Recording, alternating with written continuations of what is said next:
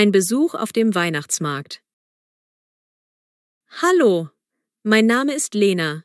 Ich bin 25 Jahre alt und wohne in Berlin. Heute Abend möchte ich den Weihnachtsmarkt besuchen. Ich liebe die festliche Stimmung und die schönen Lichter. Es ist Winter und überall duftet es nach Glühwein und gebrannten Mandeln. Ich freue mich sehr auf diesen besonderen Abend. Am Nachmittag bereite ich mich vor. Ich stehe früh auf, ziehe einen warmen Mantel, einen Schal und Handschuhe an und frühstücke ein warmes Porridge mit Obst. Danach packe ich meine Tasche. In der Tasche habe ich mein Handy, mein Portemonnaie, eine Wasserflasche und einen kleinen Regenschirm, falls es schneit. Ich freue mich, denn der Weihnachtsmarkt ist eines meiner liebsten Ziele in der Stadt. Ich nehme den Bus und fahre in die Innenstadt. Während der Busfahrt höre ich leise Weihnachtslieder und schaue aus dem Fenster. Die Straßen sind bereits geschmückt und die Menschen wirken fröhlich und warmherzig. Nach etwa 20 Minuten steige ich an der Haltestelle Alexanderplatz aus. Von hier aus ist es nur ein kurzer Fußweg zum Weihnachtsmarkt. Als ich den Weihnachtsmarkt betrete, sehe ich viele bunte Lichter, festlich geschmückte Stände und Menschen, die fröhlich lachen. Überall hängen Tannenzweige und rote Schleifen, und es duftet nach Zimt und Orangen. Ich spüre sofort die besondere Atmosphäre. Die Luft ist kalt, aber es ist angenehm, weil ich meinen warmen Mantel trage. Ich gehe langsam über den Marktplatz und betrachte die vielen Stände. An einem Stand verkauft eine freundliche Verkäuferin handgemachte Kerzen und Weihnachtsschmuck. Ich bleibe kurz stehen, bewundere die schönen Ornamente und kaufe ein kleines, rotes Ornament als Andenken. In einem anderen Stand sehe ich Tassen, in denen heißer Glühwein serviert wird. Ich kaufe mir einen Becher und fülle ihn mit dem warmen, würzigen Getränk. Der Glühwein schmeckt süß und leicht würzig und wärmt mich von innen. Ich laufe weiter und sehe Stände mit Lebkuchen, gebrannten Mandeln und Maronen. Der Duft von frisch gebackenen Plätzchen liegt in der Luft. Ich kaufe einige Lebkuchen, die in buntem Papier verpackt sind. Diese süßen Leckereien erinnerten mich an meine Kindheit. Die Verkäufer und Besucher grüßen sich freundlich und überall ist man in Weihnachtsstimmung. Während ich durch den Markt schlendere, höre ich leise Musik, die weihnachtliche Lieder spielt. Ein Chor singt auf einer kleinen Bühne und die warmen Stimmen füllen die Luft. Ich setze mich für einen Moment auf eine Bank, trinke einen Schluck Glühwein und lausche dem schönen Gesang. Die Lieder machen mich fröhlich und erinnern mich daran, wie wichtig es ist, Zeit mit Freunden und Familie zu verbringen. Nach einer Weile gehe ich weiter und entdecke einen Stand, an dem handgefertigte Holzspielzeuge verkauft werden. Die kleinen Figuren und Wagen sehen sehr schön aus. Ich spreche mit dem Verkäufer, der mir erklärt, dass die Spielzeuge in seiner Werkstatt in der Nähe hergestellt werden. Ich kaufe ein kleines Holzpferd als Geschenk für meine Nichte. Es fühlt sich gut an, etwas Schönes und Einzigartiges zu verschenken. Später treffe ich mich mit meinem Freund Tobias, der auch den Weihnachtsmarkt besuchen wollte. Wir finden uns an einem Stand, der heiße Schokolade und Kaffee verkauft. Tobias bestellt eine Tasse heiße Schokolade und ich nehme noch einen Becher Glühwein. Wir setzen uns an einen kleinen Tisch und unterhalten uns über den Tag. Tobias erzählt, dass er viele Fotos von den festlich geschmückten Straßen gemacht hat. Wir lachen und genießen die warme Atmosphäre, während wir die Lichter und den Glanz des Marktes bewundern. Nach dem Gespräch schlendern wir zusammen weiter. Wir gehen an einem Stand vorbei, an dem kleine Geschenkideen und Dekorationen verkauft werden.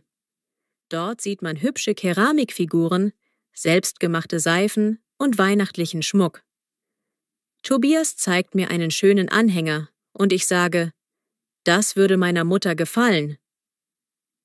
Wir kaufen den Anhänger und freuen uns, ein passendes Geschenk gefunden zu haben. Der Abend wird langsam dunkler und die Lichter des Weihnachtsmarktes leuchten noch heller.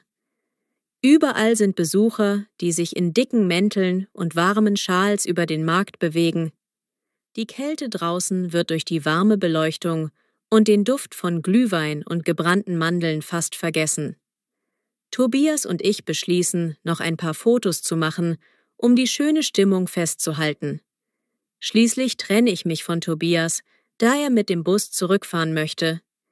Ich verabschiede mich herzlich und gehe langsam zur Bushaltestelle. Während ich auf den Bus warte, schaue ich noch einmal auf den funkelnden Weihnachtsmarkt zurück. Ich fühle mich dankbar und glücklich, so viele schöne Momente erlebt zu haben. Im Bus sitze ich und schaue aus dem Fenster. Die festlichen Lichter der Stadt ziehen vorbei und ich denke an die fröhlichen Gesichter, den Duft der Leckereien und die warme Musik. Ich freue mich auf meinen nächsten Besuch auf dem Weihnachtsmarkt. Zu Hause angekommen, räume ich meine Tasche aus und hänge meine nassen Sachen auf. Ich setze mich an meinen Schreibtisch, schaue mir die Fotos an, die ich gemacht habe, und schreibe in mein Tagebuch.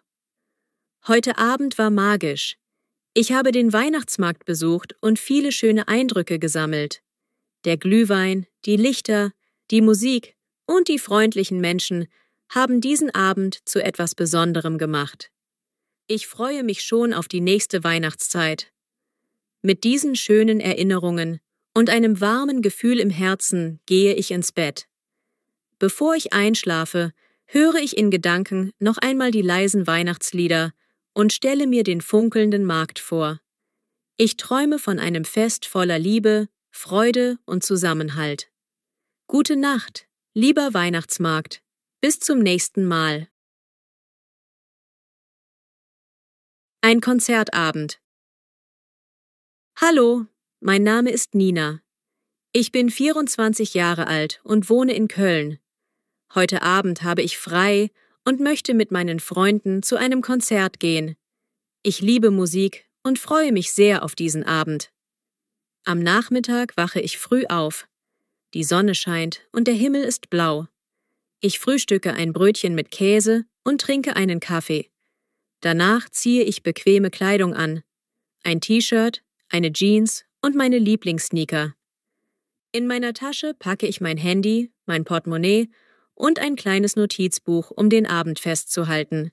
Ich treffe mich um 17 Uhr mit meinen Freunden Tim und Lisa vor meinem Haus. Tim trägt ein cooles Hemd und Lisa hat eine modische Jacke an. Wir begrüßen uns herzlich und lachen. Tim sagt, ich freue mich sehr auf das Konzert. Und Lisa nickt zustimmend. Gemeinsam steigen wir in den Bus, der uns in die Innenstadt bringt. Während der Busfahrt unterhalten wir uns über die Band, die heute auftritt. Ich sage, die Band spielt Rockmusik. Ihre Lieder sind sehr energisch. Tim fügt hinzu, ich habe den neuen Song im Radio gehört. Er ist richtig toll. Wir hören leise Musik auf unseren Handys und schauen aus dem Fenster, während die Stadt vorbeizieht. Nach etwa 15 Minuten erreichen wir den Veranstaltungsort. Vor dem kleinen, modernen Konzertsaal stehen viele Leute. An der Eingangstür sehe ich bunte Lichter und Plakate der Band. Wir kaufen unsere Tickets am Automaten. Eine Eintrittskarte kostet 20 €. Wir bezahlen bar, erhalten unsere Tickets und gehen gemeinsam in das Gebäude. Im Foyer des Konzertsaals ist es dunkel und stimmungsvoll. An den Wänden hängen Poster von früheren Auftritten der Band. Eine freundliche Mitarbeiterin begrüßt uns. Willkommen! Das Konzert beginnt in 30 Minuten. Ich schaue zu Tim und Lisa. Wir sind alle sehr gespannt. Wir gehen in den großen Saal und finden Plätze in der Mitte. Die Sitze sind bequem und der Raum ist leicht gedimmt. Langsam wird das Licht reduziert und die Bühne erleuchtet sich. Auf der großen Leinwand hinter der Bühne erscheinen die ersten Bilder der Band. Die Musik beginnt mit leisen Tönen, die dann immer lauter und energischer werden. Die Band betritt die Bühne. Die Sängerin trägt ein leuchtend rotes Kleid und die Gitarristen spielen ihre Instrumente mit viel Gefühl.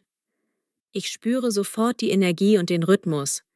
Tim steht auf und fängt an zu klatschen, während Lisa und ich lächeln und die Musik genießen. Während des Konzerts singe ich mit und bewege mich im Takt. Die Lichter wechseln in vielen Farben, rot, blau und gelb. Es gibt Momente, in denen die Musik sehr ruhig ist und andere, in denen alle im Saal mitsingen und tanzen. Ich mache ein paar Fotos von der Band und von meinen Freunden, damit ich mich später an diesen schönen Abend erinnern kann. Zwischendurch gibt es kurze Pausen, in denen die Band mit dem Publikum spricht. Die Sängerin sagt: „Vielen Dank, dass ihr heute hier seid. Wir freuen uns sehr, mit euch zu feiern." Die Zuschauer jubeln und ich fühle mich als Teil dieser fröhlichen Gemeinschaft. Nach 2 Stunden endet das Konzert. Das Licht im Saal geht langsam wieder an und die Zuschauer klatschen begeistert. Tim, Lisa und ich stehen auf und applaudieren. Wir fühlen uns glücklich und inspiriert von der Musik. Im Foyer unterhalten wir uns noch kurz mit einigen anderen Besuchern über das Konzert. Eine nette Dame sagt: „Das war ein wunderbarer Abend. Musik verbindet uns alle." Ich nicke zustimmend und wir verabschieden uns voneinander. Draußen vor dem Saal ist es bereits dunkel, aber die Straßen sind hell erleuchtet. Wir machen einen kleinen Spaziergang in der Innenstadt. Auf dem Weg sprechen wir über die schönsten Momente des Konzerts und planen, bald wieder gemeinsam zu einem Konzert zu gehen. Als wir an der Bushaltestelle ankommen, steigt jeder von uns in den Bus zurück nach Hause. Im Bus höre ich leise Musik und denke noch einmal an die energiegeladene Stimmung des Konzerts. Ich fühle mich erfüllt und glücklich. Zu Hause angekommen, setze ich mich an meinen Schreibtisch und schaue mir die Fotos an, die ich gemacht habe. Mit einem zufriedenen Lächeln schreibe ich in mein Tagebuch: „Heute Abend war ein wundervoller Konzertabend. Ich habe mit meinen Freunden tolle Rockmusik erlebt und bin voller Energie. Die Band hat uns mit ihrer Musik begeistert und die Lichter, die Stimmung, alles war einfach großartig. Ich freue mich schon auf das nächste Konzert." Mit diesen schönen Erinnerungen und einem warmen Gefühl im Herzen gehe ich ins Bett. Bevor ich einschlafe, höre ich noch einmal in Gedanken die energiegeladene Musik und träume von neuen musikalischen Abenteuern. Gute Nacht, liebes Konzert, bis bald. Ein Besuch in der Kirche. Hallo, mein Name ist Maria. Ich bin 27 Jahre alt und wohne in Hamburg. Heute habe ich frei und möchte eine alte Kirche in meiner Stadt besuchen. Ich interessiere mich sehr für Geschichte und Architektur.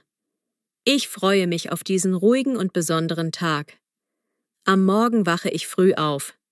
Die Sonne scheint und der Himmel ist blau. Ich frühstücke ein frisches Brötchen mit Marmelade und trinke eine Tasse Kaffee. Danach ziehe ich bequeme Kleidung an, ein langärmeliges Hemd, eine Jeans und meine bequemen Schuhe. In meiner Tasche packe ich mein Handy, mein Portemonnaie, eine Wasserflasche und ein kleines Notizbuch, in das ich meine Eindrücke schreiben möchte. Ich gehe zur Bushaltestelle und steige in den Bus, der mich zum historischen Teil der Stadt bringt. Die Busfahrt dauert etwa 15 Minuten. Im Bus höre ich leise Musik und schaue aus dem Fenster. Ich sehe alte Häuser, bunte Fassaden und viele Bäume. Die Fahrt macht mich ruhig und ich freue mich auf den Besuch in der Kirche. An der Haltestelle steige ich aus und gehe zu Fuß zur Kirche. Vor mir liegt ein großer alter Platz. Die Kirche ist aus Stein gebaut und hat hohe Türme. Überall hängen kleine Girlanden und Kränze und die Fenster sind bunt verglast. Ich bin beeindruckt von der Schönheit und Ruhe des Ortes. Vor der Kirche gibt es einen kleinen Garten mit blühenden Sträuchern. Ich bleibe kurz stehen, um die Blumen zu bewundern und mache ein paar Fotos. Dann betrete ich den Innenhof und gehe langsam zur Eingangstür der Kirche. Die Tür ist aus Holz und hat schöne Schnitzereien. Ich drücke die Klinke und trete ein. Drinnen ist es still und friedlich. Das Licht fällt sanft durch die bunten Fenster. Ich sehe hohe Gewölbe und alte Gemälde an den Wänden. Einige Kirchenbänke sind aus Holz und glänzen im schwachen Licht. Ich setze mich auf eine freie Bank in der Mitte des Kirchenschiffs und atme tief durch. Es ist so ruhig, dass ich fast die Zeit vergesse. Nach ein paar Minuten stehe ich auf und gehe langsam zum Altar. Vor dem Altar steht ein großes, gemaltes Bild, das eine biblische Szene zeigt. Daneben befinden sich Kerzen und Blumen. Ich bleibe stehen, um das Bild genau zu betrachten. In meinem Notizbuch schreibe ich: Die Kirche ist sehr schön. Die Farben der Fenster und das Bild am Altar machen mich glücklich. Ich gehe weiter und schaue mir den Kirchenschiff an. Manche Bänke sind besetzt, einige Besucher sitzen still und beten oder lesen. Eine freundliche ältere Dame lächelt mich an und sagt leise: Willkommen in unserer Kirche. Ich antworte: Vielen Dank und setze mich wieder auf eine Bank. Es fühlt sich so ruhig und friedlich an, dass ich einige Minuten lang nur dem leisen Klang der Orgel lausche, der von irgendwoher zu kommen scheint. Nach einer Weile gehe ich in den Seitenschiffbereich. Dort stehen kleine Statuen von Heiligen und alte Kerzenhalter. Ich bewundere die feinen Details und die Geschichte, die in diesen Kunstwerken steckt. Ich mache weitere Notizen in mein Notizbuch. Die Kirche erzählt Geschichten von früher. Es ist, als ob die Zeit hier stillsteht. Um die Kirche besser zu verstehen, gehe ich zum Informationsstand, der in einer kleinen Ecke aufgebaut ist. Eine freundliche Mitarbeiterin erklärt mir in einfachen Worten die Geschichte der Kirche. Sie sagt: Diese Kirche wurde vor über 300 Jahren erbaut. Viele Menschen kamen hierher, um zu beten und zu feiern. Heute ist sie ein Ort der Ruhe und der Kunst. Ich höre aufmerksam zu und schreibe mir einige wichtige Wörter auf.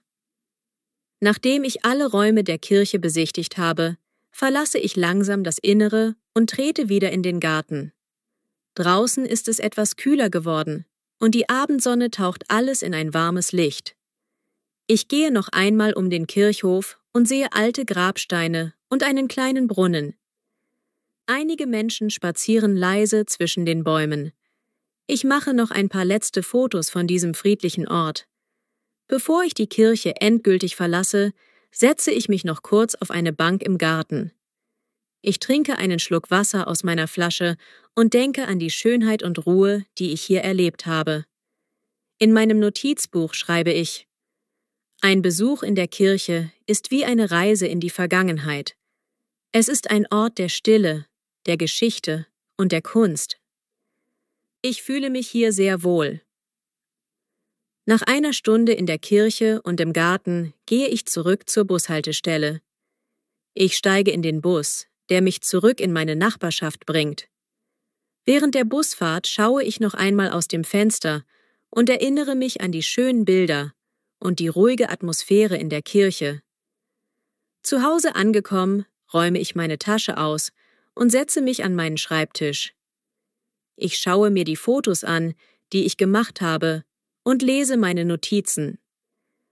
Mit einem zufriedenen Lächeln schreibe ich in mein Tagebuch: Heute habe ich die alte Kirche besucht. Es war ein ruhiger, besinnlicher Tag. Ich habe die schönen Fenster, den Altar und die Kunstwerke bewundert. Die Stille und der Frieden in der Kirche haben mir sehr gut getan. Ich freue mich, bald wieder hierher zu kommen. Mit diesen schönen Erinnerungen und einem warmen Gefühl im Herzen gehe ich ins Bett. Bevor ich einschlafe, höre ich noch einmal in Gedanken das leise Flüstern der alten Mauern und das sanfte Licht der bunten Fenster.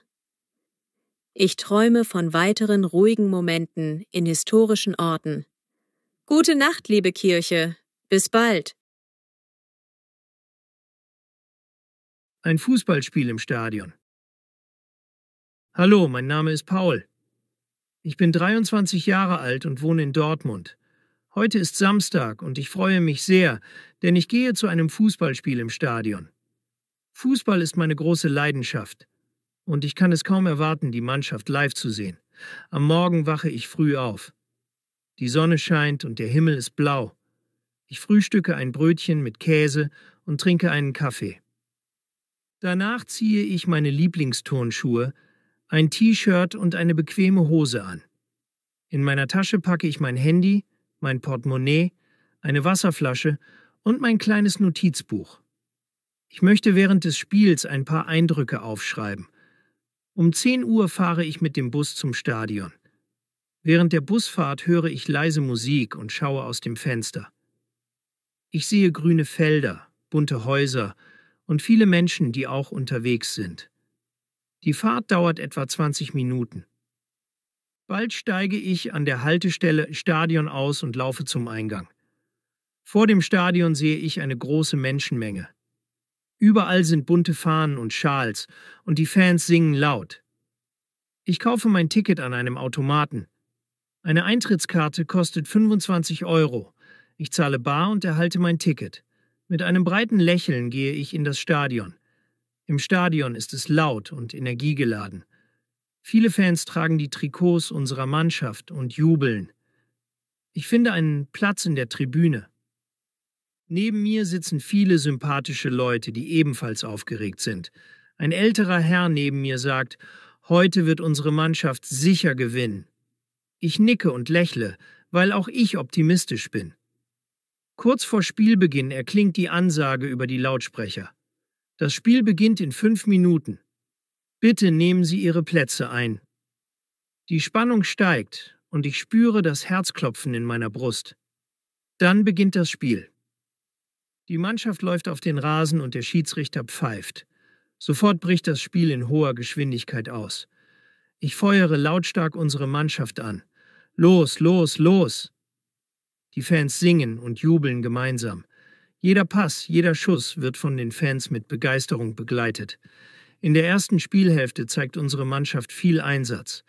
Die Spieler laufen schnell, passen den Ball präzise und versuchen, ein Tor zu schießen. Ich klatsche und rufe laut, wenn ein guter Spielzug passiert. Währenddessen schreibe ich ein paar kurze Notizen in mein Notizbuch. Spannendes Spiel, schnelle Pässe, starke Abwehr. Plötzlich erzielt unsere Mannschaft ein Tor. Die Fans springen auf und jubeln. Ich stehe auf, klatsche und schreie. Tor, Tor, Tor. Es ist ein großartiger Moment und die Stimmung ist überwältigend. Der Spieler, der das Tor geschossen hat, wird von seinen Teamkameraden umarmt. Ich mache ein Foto mit meinem Handy, damit ich diesen besonderen Moment nicht vergesse. Nach dem Tor wird das Spiel noch intensiver. Die Gegner drängen nun stärker und es gibt viele spannende Zweikämpfe. Die Stimmung im Stadion ist elektrisierend. Ich sehe, wie die Fans gemeinsam singen und tanzen. Einige schwenken leuchtende Schals, andere winken mit Trommeln. Es ist ein buntes, fröhliches Spektakel. In der zweiten Halbzeit bleibt das Spiel hart umkämpft. Beide Mannschaften kämpfen um jeden Ball. Ich spüre die Spannung, als der Ball oft in unserer Nähe ist. Jeder Schuss und jede Parade lässt mein Herz schneller schlagen. Ich schreibe in mein Notizbuch: Herzklopfen, tolle Paraden. Kurz vor Spieleende gibt es noch ein spannendes Ereignis. Ein Spieler unserer Mannschaft erobert den Ball in der Mitte und sprintet auf das gegnerische Tor zu. Die Fans halten den Atem an. Mit einem präzisen Schuss schießt er den Ball ins Netz und es ist ein weiteres Tor. Die Tribüne bricht in Jubel aus. Ich kann kaum glauben, wie schön das Spiel ist. Überall höre ich fröhliche Rufe und das Klatschen der Hände. Nach dem Schlusspfiff ist die Freude riesig. Die Fans singen noch lange und feiern den Sieg. Ich bleibe noch einen Moment sitzen, um den Applaus zu genießen. Dann verlasse ich langsam die Tribüne. Auf dem Weg nach draußen unterhalte ich mich mit einem netten Fan, der auch in unserer Mannschaft fiebert. Er sagt: Heute war ein unvergesslicher Tag. Fußball verbindet uns alle. Ich stimme ihm zu. Draußen vor dem Stadion ist es etwas ruhiger geworden. Die Menschen verlassen langsam das Stadion und gehen in den Bus. Ich steige in den Bus zurück nach Hause. Während der Fahrt sehe ich noch einmal die bunten Fahnen und höre die leisen Nachklänge des Jubels. Ich fühle mich glücklich und erfüllt von diesem tollen Erlebnis. Zu Hause angekommen, räume ich meine Tasche aus und setze mich an meinen Schreibtisch. Ich schaue mir die Fotos auf meinem Handy an und lese meine Notizen. Mit einem breiten Lächeln schreibe ich in mein Tagebuch: Heute war ein fantastischer Tag im Stadion. Unsere Mannschaft hat 2 Tore geschossen und ein spannendes Spiel gezeigt. Die Atmosphäre im Stadion war unglaublich. Ich freue mich schon auf das nächste Spiel und darauf, wieder gemeinsam mit den Fans zu feiern. Mit diesen schönen Erinnerungen und dem Gefühl der Verbundenheit gehe ich ins Bett. Bevor ich einschlafe, höre ich noch einmal in Gedanken das Jubeln der Fans und träume von weiteren Fußballabenteuern. Gute Nacht, liebes Stadion, bis zum nächsten Spiel.